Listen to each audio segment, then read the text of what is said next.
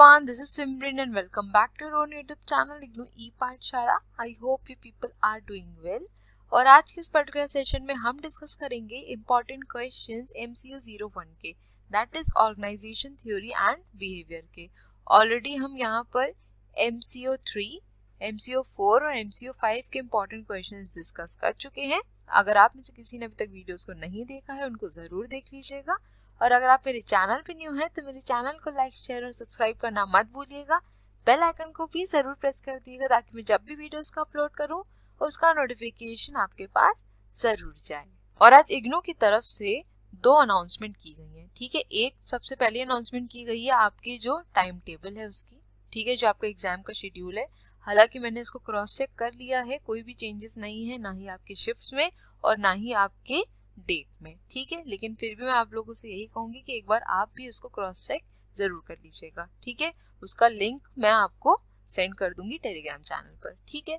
दूसरी यहाँ पर इम्पोर्टेंट चीज ये है, जो दूसरी नोटिस रिलीज की गई है वो है एग्जेम्प्टेड स्टूडेंट्स के लिए, ठीक है। जो भी स्टूडेंट्स यहाँ पर एग्जेम्प्टेड थे, जिनको पेपर देने की जरूरत नहीं थी, इग्नू ने उनके लिए एक नोटिस रिलीज की है, ठीक। एक बार देख लेते हैं, हालांकि मैंने ऑलरेडी आपके साथ शेयर की है लेकिन फिर भी एक बार देख लेते हैं, ठीक है। तो देखिए, जैसा कि आप देख रहे हैं कि ये आज की डेट में ही रिलीज की गई है, ठीक है। तो यहाँ पर साफ साफ लिखा है, the exempted students who do not want to be promoted as per the guidelines given in the said notification and want to appear in term and examination to be held in February and March 2021 may approach the nearest regional center for the issuance of hall tickets. तो आपके hall tickets आपको online नहीं मिल पाएंगे। अगर आप paper देना चाहते हैं, इस तरीके से प्रमोट नहीं होना चाहते हैं, तो नियरेस्ट रीजन सेंटर जाइए और वहां से आपको आपका हॉल टिकट मिल जाएगा, मतलब आपको आपका एडमिट कार्ड मिल जाएगा, ठीक है। In case a student who has not submitted examination form so far may submit now to the regional center along with the prescribed fees। तो अगर आप में से किसी ने अभी तक एग्जामिनेशन फीस नहीं फिल की है, ठीक है, एग्जामिनेशन फी नहीं दी है, अपना फॉर्म नहीं फिल किया है, तो आप रीजनल सेंटर जाकर वहां पर फी सबमिट कर सकते हैं और एग्जाम दे सकते हैं। ये एग्जेम्प्टेड स्टूडेंट्स के लिए यहाँ पर नोटिस रिलीज की गई है, ठीक। तो अगर आप में से कोई इंटरेस्टेड है, देना चाहता है, लगता है कि हम इस तरीके से प्रमोट नहीं होना चाहते हैं, तो आप बिल्कुल दे सकते हैं। तो जो भी मेरे स्टूडेंट्स मुझे मैसेज कर रहे थे कि मैम हम इतने टाइम से प्रिपेयर कर रहे थे और इन्होंने हमको एग्जेम्प्ट कर दिया, हमें पेपर देने की ज़रूरत नहीं है, ना ही हमारा कुछ कंसेंट लिया, तो आपके पास यहाँ पर अब अपॉर्चुनिटी है।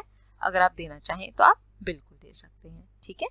और यहाँ पर एक चीज़ और मेंशन कर दी है, those who have already submitted exam form along with fee need not pay anything, ठीक है। तो ये बहुत ही ऑब्वियस सी बात है, अगर आपने ऑलरेडी पे कर रखा है तो आपको दोबारा पे करने की ज़रूरत नहीं है।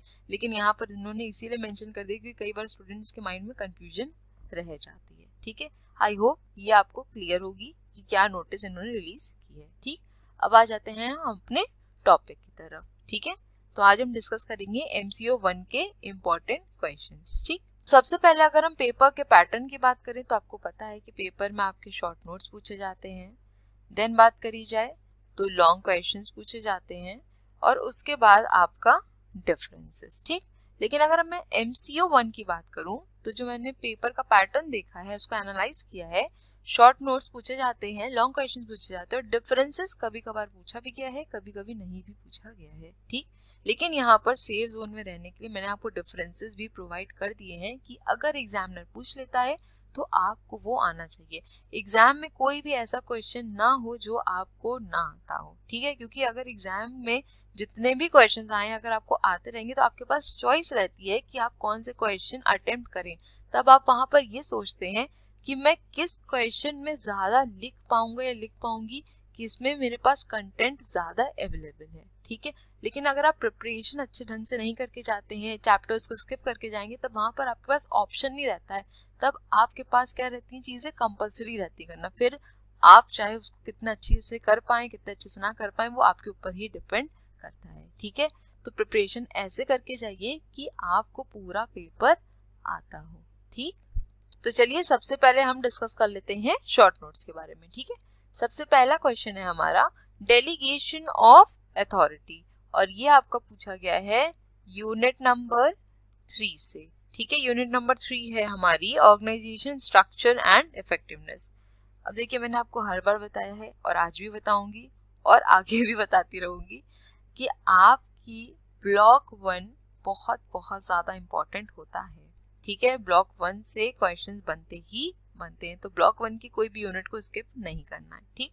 और MCO 1 की अगर मैं बात बताऊं, जो मैंने पेपर को देख के एनालाइज किए चीज़ें, कि आपका जो ब्लॉक 1 है वो तो इम्पॉर्टेंट है ही, साथ ही जो ब्लॉक 5 है वो भी बहुत ज़्यादा इम्पॉर्टेंट है। समझ लीजिए ब्लॉक 5 से कई बार क्वेश्चंस पूछे गए हैं और बहुत ज़्यादा क्वेश्चंस पूछे गए हैं, ठीक है। जैसे आपका ऑर्गेनाइजेशनल कल्चर क्लाइमेट से क्वेश्चन आता ही आता है, ऑर्गेनाइजेशन चेंज से आ जाता है, डेवलपमेंट से आ जाता है, ठीक है। तो ब्लॉक 5 को भी अच्छे से पढ़ के जाइएगा, ठीक है। ऐसा नहीं है बाकी की जो ब्लॉक्स उनको छोड़ के जाना है, लेकिन इनको बहुत अच्छे से स्टडी करिए, क्योंकि यहाँ से आपको क्वेश्चंस पक्का देखने को मिलेंगे ही मिलेंगे, ठीक है। नेक्स्ट क्वेश्चन है वो हमारा मैनेजिंग मल्टीनेशनल ऑर्गेनाइजेशंस, और ये आपका क्वेश्चन पूछा गया है यूनिट नंबर 20 से, ठीक है। यूनिट नंबर 20 है हमारी emerging trends in organizational behaviour, ठीक है।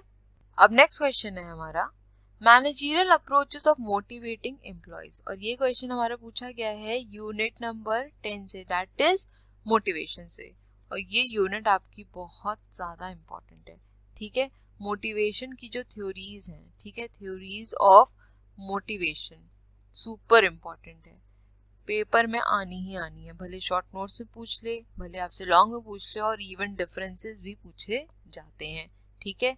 तो एक छोटा सा काम ये करिएगा कि मैंने आपको जो इम्पोर्टेंट टॉपिक्स की वीडियो प्रोवाइड की हुई है उसको ज़रूर से देख लीजिएगा, ताकि आपको ये पता चल जाए कि कौन सी थ्योरीज इम्पोर्टेंट है जो एग्जाम में रिपीटेडली पूछी गई हैं, ठीक है। उनको एटलीस्ट स्टडी करके जाइएगा। मैं उम्मीद करती हूँ कि आपको समझ में भी आ जाएंगी और आप एग्जाम में क्वेश्चन को अटेम्प्ट भी कर पाएंगे, क्योंकि मुझे पता है कि कई स्टूडेंट्स ऐसे हैं जो एंड मोमेंट पे पढ़ाई करते हैं, ठीक है। तो उनके लिए नहीं पॉसिबल है कि वो सारी थ्योरीज को यहाँ पर स्टडी कर सकें। तो इम्पॉर्टेंट टॉपिक्स की वीडियो को देख लीजिएगा, मैंने वहाँ पे आपको बताया है कि कौन कौन सी थ्योरीज इम्पॉर्टेंट है, उन्हीं को आप स्टडी कर लीजिएगा, ठीक है। बाकी आगे मैंने क्वेश्चंस में भी डिस्कस किया है, तो आपको ये आइडिया लग जाएगा कि कौन से हमारी थ्योरीज इम्पॉर्टेंट है, ठीक है। नेक्स्ट क्वेश्चन है अब हमारा job enrichment and job enlargement, और ये आपका पूछा गया टॉपिक यूनिट नंबर 11 से, that is job design and job satisfaction, और ये भी इम्पोर्टेंट है, ठीक है। जॉब एनरिचमेंट, जॉब एनलार्जमेंट, ये काफी ज्यादा इंपॉर्टेंट है, शॉर्ट नोट्स में पूछा जा सकता है और इसका डिफरेंस भी आपसे पूछा जा सकता है एग्जाम में, ठीक। नेक्स्ट क्वेश्चन है हमारा जॉब री इंजीनियरिंग, ये भी आपका यूनिट 11 से ही पूछा गया है, ठीक है। तो बेसिकली बात करी जाए तो ये जॉब रीडिजाइन के अंदर आते हैं, सारे के सारे अपने में ही बहुत ज़्यादा इंपॉर्टेंट है, और इनके बीच में आपको डिफरेंस भी पता होना चाहिए, क्योंकि स्टूडेंट्स कई बार कंफ्यूज हो जाते हैं कि जॉब एनरिचमेंट क्या होता है, जॉब एनलार्जमेंट क्या होता है, ठीक है। तो इसको अच्छे से स्टडी कर लीजिएगा, ठीक। अब नेक्स्ट क्वेश्चन है हमारा लीडरशिप स्टाइल, और ये क्वेश्चन आपका पूछा गया है यूनिट नंबर 15 से, ठीक है, दैट इज आपकी टीम बिल्डिंग एंड लीडरशिप। अब लीडरशिप टॉपिक भी अपने में थोड़ा सा इंपॉर्टेंट टॉपिक बन जाता है, ठीक है। तो इस टॉपिक को भी पढ़ के जरूर जाइएगा, ठीक। नेक्स्ट क्वेश्चन है हमारा ऑर्गेनाइजेशनल चेंज, और ये क्वेश्चन आपका पूछा गया है यूनिट नंबर 18 से, ठीक है, दैट इज आपका ऑर्गेनाइजेशनल चेंज चैप्टर से, ठीक है। नेक्स्ट है हमारा एडेप्टिव ऑर्गेनाइजेशनल स्ट्रक्चर, और ये क्वेश्चन हमारा आया है यूनिट नंबर 3 से। यूनिट नंबर 3 है हमारी ऑर्गेनाइजेशन स्ट्रक्चर एंड इफेक्टिवनेस, ठीक है। नेक्स्ट है हमारा डेवलपिंग ऑर्गेनाइजेशनल कल्चर, और ये आपका पूछा गया है यूनिट नंबर 17 से, ठीक है, that is organizational culture and climate, ठीक है। तो देखिए मैंने आपको इसीलिए बताया कि ब्लॉक 1 इम्पॉर्टेंट है, लेकिन ब्लॉक 5 भी उतनी ही इम्पॉर्टेंट है, क्योंकि इसमें से क्वेश्चंस बहुत ज़्यादा पूछे जाते हैं, तो इस यूनिट को अच्छे से पढ़िएगा, ठीक है। नेक्स्ट है हमारा जेनेसिस ऑफ ऑर्गेनाइजेशनल बिहेवियर, और ये क्वेश्चन हमारा आया है यूनिट नंबर 4 से, दैट इज आपका ओवरव्यू ऑफ ऑर्गेनाइजेशनल बिहेवियर से, ठीक। नेक्स्ट है job design and job satisfaction, और ये भी आपका यूनिट नंबर 11 से है। तो मैंने आपको इसलिए बताया कि यूनिट 11 भी आपकी इंपॉर्टेंट है, ठीक। नेक्स्ट क्वेश्चन है वो हमारा लर्निंग एंड परफॉर्मेंस, और ये आपका क्वेश्चन पूछा गया है यूनिट नंबर 5 से, दैट इज आपकी इंडिविजुअल बिहेवियर एंड लर्निंग से। नेक्स्ट क्वेश्चन है हमारा ग्रुप कोहेसिवनेस, और ये क्वेश्चन आपका पूछा गया है यूनिट नंबर 12 से, ठीक है। यूनिट नंबर 12 है हमारी ग्रुप फॉर्मेशन एंड स्ट्रक्चर, ठीक। नेक्स्ट है हमारा role and schedule of reinforcement, और ये क्वेश्चन आपका आया है यूनिट नंबर 5 से, ठीक है। यूनिट नंबर 5 है हमारी इंडिविजुअल बिहेवियर एंड लर्निंग, ठीक। अब देखिए यहाँ पर आपको एक चीज बताना चाहूंगी, जो आपके इसमें थ्योरीज ऑफ लर्निंग दिया हुआ है टॉपिक, थ्योरीज ऑफ लर्निंग अपने में टॉपिक इंपॉर्टेंट है, लेकिन एग्जाम में इतना ज्यादा पूछा नहीं है। लेकिन अगर मैं रीसेंट एग्जाम की बात करूं, जो आपका जून 2020 वाला एग्जाम था, उसमें थ्योरीज ऑफ लर्निंग से क्वेश्चन आया है, ठीक है। तो जिसने भी प्रिपेयर कर लिया है वेल एंड गुड, अच्छी बात है अगर आपने प्रिपेयर कर लिया है। लेकिन अगर जिसने प्रिपेयर नहीं किया है, तो मैं उसको सजेस्ट यही करूंगी कि आप इस टॉपिक को मत छूइए। उसकी वजह ये है कि हो सकता है आप थोड़ा सा कंफ्यूज हो जाएं, या फिर आप उसको उस तरीके से रिटेन नहीं कर पाए, ठीक है। क्योंकि जो आपका जैसे ऑपरेंट कंडीशनिंग है, ठीक है, या फिर क्लासिकल कंडीशनिंग है, ठीक है, ये टॉपिक्स बहुत ज़्यादा डिफिकल्ट नहीं, अगर आप इसको पढ़ेंगे तो आपको समझ में आ जाएगा। लेकिन क्या होगा, एग्जाम में आप थ्योरीज में कंफ्यूज हो जाएंगे कि किसमें क्या चीज़ कही गई है, ठीक है। तो मेरा सजेशन यही है, जो एंड मोमेंट में पढ़ रहे हैं वो थ्योरीज ऑफ लर्निंग को मत टच करें। जिन्होंने ऑलरेडी पढ़ लिया है वेल एंड गुड, बहुत अच्छी बात है, ठीक है। नेक्स्ट क्वेश्चन है हमारा ओडी स्ट्रैटेजीज और इंटरवेंशन, और ये आपका क्वेश्चन पूछा गया है यूनिट नंबर 19 से, ठीक है। यूनिट नंबर 19 है हमारी ऑर्गेनाइजेशनल डेवलपमेंट, ठीक है। नेक्स्ट है मॉडर्न ऑर्गेनाइजेशन, और ये आपका टॉपिक पूछा गया है यूनिट नंबर 1 से, ठीक।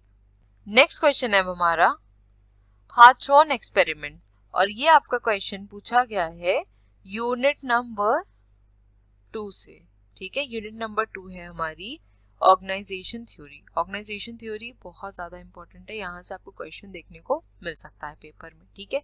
अब वो चाहे आपको शॉर्ट नोट्स में देखने को मिल जाए या फिर लॉन्ग में देखने को मिल जाए, ठीक। नेक्स्ट है हमारा साइंटिफिक मैनेजमेंट, ये भी आपका यूनिट 2 से ही पूछा गया है, और ये सब आपने पहले भी पढ़ रखा होगा अपने 11th-12th में, ठीक है, साइंटिफिक मैनेजमेंट के बारे में, राइट।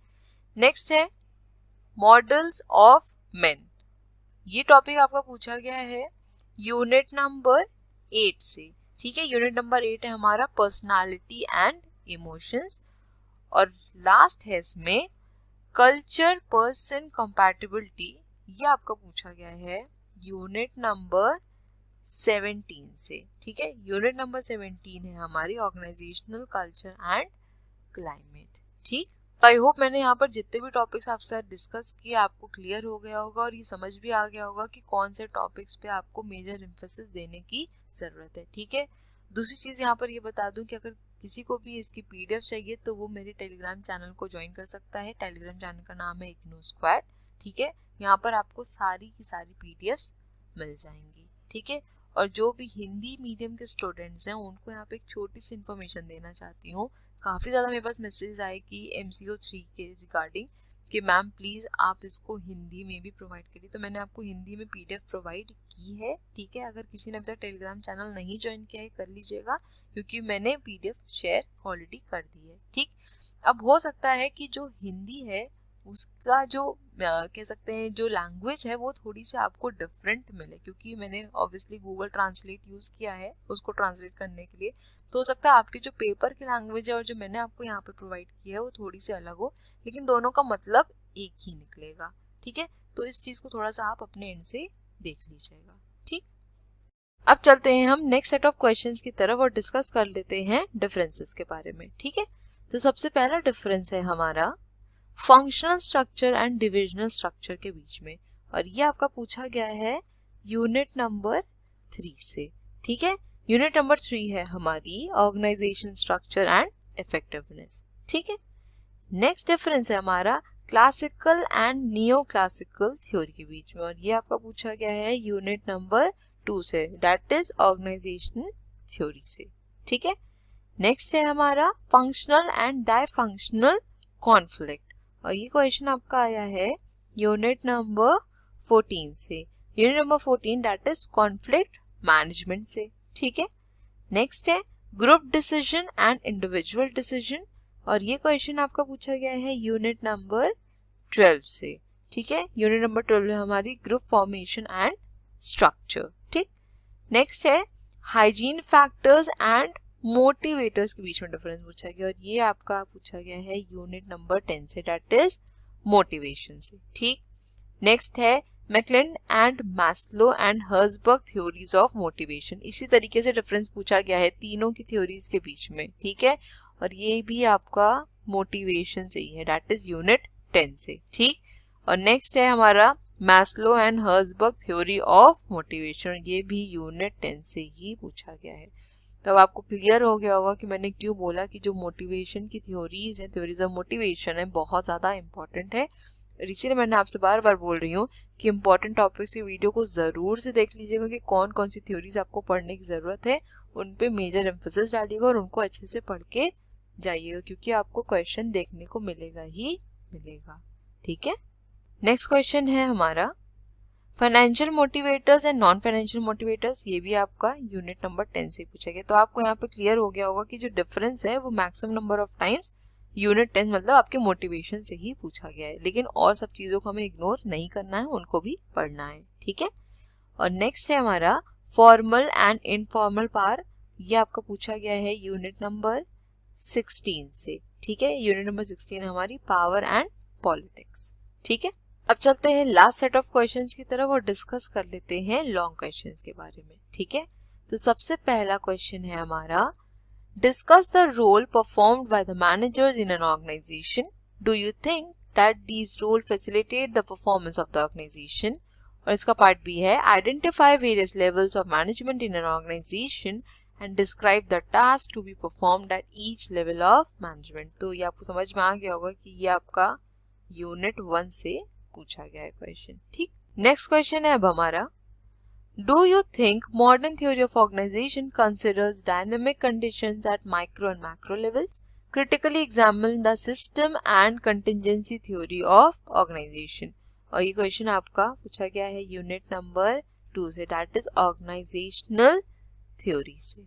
ठीक है, नेक्स्ट क्वेश्चन है हमारा do you think that organization structure contributes to the efficient functioning of organization, discuss with examples and explain the dimensions of organization structure। और ये क्वेश्चन आपका पूछा गया है यूनिट नंबर 3 से। ठीक है, that is organization structure and effectiveness से। ठीक, नेक्स्ट क्वेश्चन है अब हमारा describe the traditional and the new approaches to organizational behaviour, explain various measures adopted by an organization for the growth of its individual, give suitable examples, also explain the individual perspective and small and large group perspective। तो ये आपका question पूछा गया है unit number 4 से, that is आपका overview of organisational behaviour से। ठीक है, नेक्स्ट है हमारा explain the 2 basic sources of formation of attitude, discuss the process of change in attitudes with examples. और ये आपका क्वेश्चन आया है यूनिट नंबर 7 से। ठीक है, यूनिट नंबर 7 है हमारी एटीट्यूड्स एंड वैल्यूज। ठीक, नेक्स्ट क्वेश्चन है अब हमारा what is perception, explain its process and important factors, what are the barriers to accurate perception, explain the managerial uses of perception with suitable example. ये question आपका पूछा गया है unit number 6 से। ठीक है, दैट इज परसेप्शन से। Okay, अब नेक्स्ट क्वेश्चन है हमारा how do organizational culture and organizational climate influence organization, discuss and explain the various dimensions of organizational climate। और पार्ट बी है how can favorable organizational climate can be created in any organization। तो ये आपका question पूछा गया है unit number 17 से, that is organizational culture and climate से। ठीक है, नेक्स्ट क्वेश्चन है हमारा What is organizational change? Discuss and explain the process of change in organization। तो ये आपका पूछा गया है यूनिट नंबर 18 से। ठीक है, दैट इज आपका ऑर्गेनाइजेशनल चेंज से। ठीक, नेक्स्ट है What are the objectives and underlying values of organizational development? Explain the organization development process in the organization. और ये क्वेश्चन हमारा आया है यूनिट नंबर 19 से, दैट इज ऑर्गेनाइजेशनल डेवलपमेंट से। ठीक, नेक्स्ट है what is informal power, explain different types of informal power in an organization, discuss the types of political behavior, describe various factors influencing organizational politics। तो ये आपका question पूछा गया है unit number 16 से, that is power and politics. ठीक है, next question है हमारा, do you think that democratic style of leadership is the best style of leadership? Comment. Discuss the effective and ineffective style of leadership. और इसका part B है what is team building, explain different approaches of team building. Do you think that these approaches are helpful in the process of team building? तो ये question आपका unit number 15 से पूछा गया है। ठीक, that is team building and leadership से। ठीक है, तो देखिए block 1, block 5, leadership, motivation, perception, attitude, ये सब टॉपिक अपने में काफी ज्यादा इंपॉर्टेंट है। ठीक है, तो इन सब टॉपिक्स को अच्छे से पढ़ के जरूर जाइएगा। ठीक, अब नेक्स्ट क्वेश्चन है हमारा, what do you mean by conflict? Describe various levels of conflict in an organization. Analyze the impact of conflict with suitable example. Part B है discuss the process of conflict in an organization. Explain the various resolution strategies to deal with these conflict. तो ये पूछा गया है आपका unit number 14 से। ठीक है, that is conflict management से। ठीक है, नेक्स्ट क्वेश्चन है discuss the significance of communication in an organization, such as ways to make communication effective in that organization. Next part है discuss the main barriers to communication, explain how can these barriers be removed। और ये question आपका पूछा गया है unit number 13 से, that is communication से। ठीक है, नेक्स्ट है हमारा explain the factors which influence the group formation, describe various types of formal and informal groups। तो ये आपका क्वेश्चन पूछा गया है यूनिट नंबर 12 से।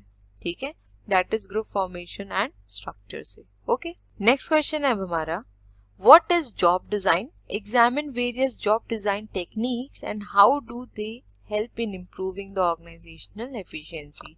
और ये क्वेश्चन आपका पूछा गया है यूनिट नंबर 11 से। ठीक है, दैट इज आपका job design and job satisfaction. So मैंने आपको बताया था कि जो आपका जॉब रीडिजाइन टेक्निक्स है ये अपने में काफी ज्यादा इंपॉर्टेंट है, शॉर्ट नोट्स में पूछा जा सकता है और इसका डिफरेंस भी पूछा जा सकता है। ठीक है, नेक्स्ट है हमारा, personality development takes place in various stages, discuss and explain the factors which influence the development of personality. तो ये आपका क्वेश्चन पूछा गया है यूनिट नंबर 8 से। ठीक है, यूनिट नंबर 8 है हमारी पर्सनालिटी एंड इमोशंस। और लास्ट क्वेश्चन है हमारा, identify the features of stress in an organization, describe various intra-organizational factors influencing stress, also explain the techniques of managing stress। तो ये आपका क्वेश्चन पूछा गया है यूनिट नंबर 9 से, दैट इज स्ट्रेस मैनेजमेंट से। ठीक, तो आई होप यहाँ पर जितनी भी चीजें मैंने आपके साथ डिस्कस करी आपको क्लियर हो गई होंगी। और बार बार यही चीज कह रही हूँ आपसे और एक बार फिर से कहूंगी कि इंपॉर्टेंट टॉपिक्स की वीडियो को जरूर से देख लीजिएगा। जो भी मैंने उसमें इंपॉर्टेंट टॉपिक्स बताए हैं उसको बुक में मार्क कर लीजिएगा और उसके अकॉर्डिंग पढ़िएगा, कोई भी दिक्कत नहीं होगी और मैक्सिमम पोर्शन आप इजीली कवर भी कर लेंगे, वरना आप इसी चीज में उलझ के रह जाएंगे कि हमें क्या पढ़ना चाहिए और क्या नहीं पढ़ना चाहिए। ठीक है, तो वहां पर मैंने सब कुछ काफी डिटेल में डिस्कस किया हुआ है, तो उस वीडियो को जरूर से देख लीजिएगा, उसकी प्लेलिस्ट ऑलरेडी चैनल पर अवेलेबल है। ठीक है, सो आज का हमारा सेशन यहीं तक था, मिलेंगे अपने नेक्स्ट वीडियो में और इस पर्टिकुलर सीरीज को आगे कंटिन्यू करेंगे। ठीक है, so thank you so much for watching. Please channel को लाइक शेयर और सब्सक्राइब करना मत भूलिएगा, बेल आइकन को भी जरूर प्रेस कर दीजिएगा ताकि मैं जब भी वीडियोस को अपलोड करूँ उसका नोटिफिकेशन आपके पास जरूर जाए। अपने फीडबैक्स भी दीजिएगा कि वीडियोस कैसी लग रही हैं और अगर कुछ इम्प्रूवमेंट की जरूरत है तो बिल्कुल बताइएगा। तो मिलेंगे अपने नेक्स्ट वीडियो में, till then stay safe, stay healthy, bye bye, take care.